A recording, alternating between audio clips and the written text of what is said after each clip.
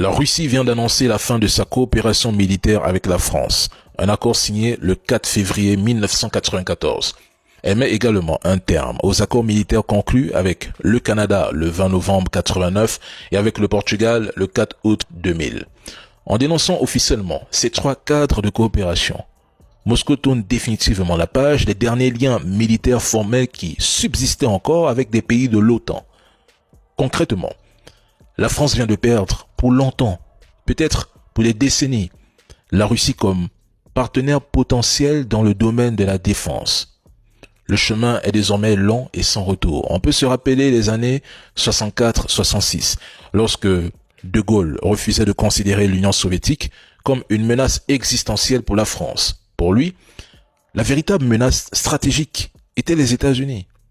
Il affirmait que l'Amérique est le principal danger pour la paix du monde à long terme et voyait l'Union soviétique comme une puissance avant tout, préoccupée par la sécurité de ses frontières sans ambition hégémonique mondiale. Vous pouvez même retrouver les positions de De Gaulle dans C'était De Gaulle, les confidences à Alain Peyrefitte. Et c'est cette vision qui l'avait conduit à sortir du commandement intégré de l'OTAN, à se rendre à Moscou en 66 et à dire à Khrouchtchev puis Brejnev, nous sommes du même continent, nous avons le même ennemi à long terme, l'hégémonie américaine.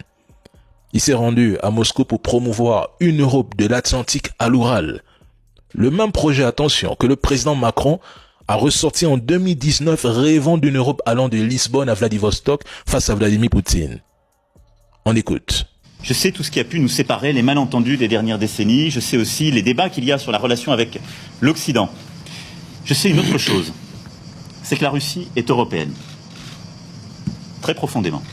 Et nous croyons dans cette Europe qui va de Lisbonne à Vladivostok.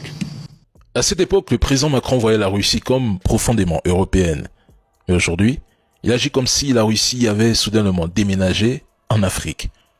On entend le même président affirmer que la Russie s'apprête à envahir l'Europe, l'Afrique, alors qu'il sait pertinemment que cette narration relève du fantasme.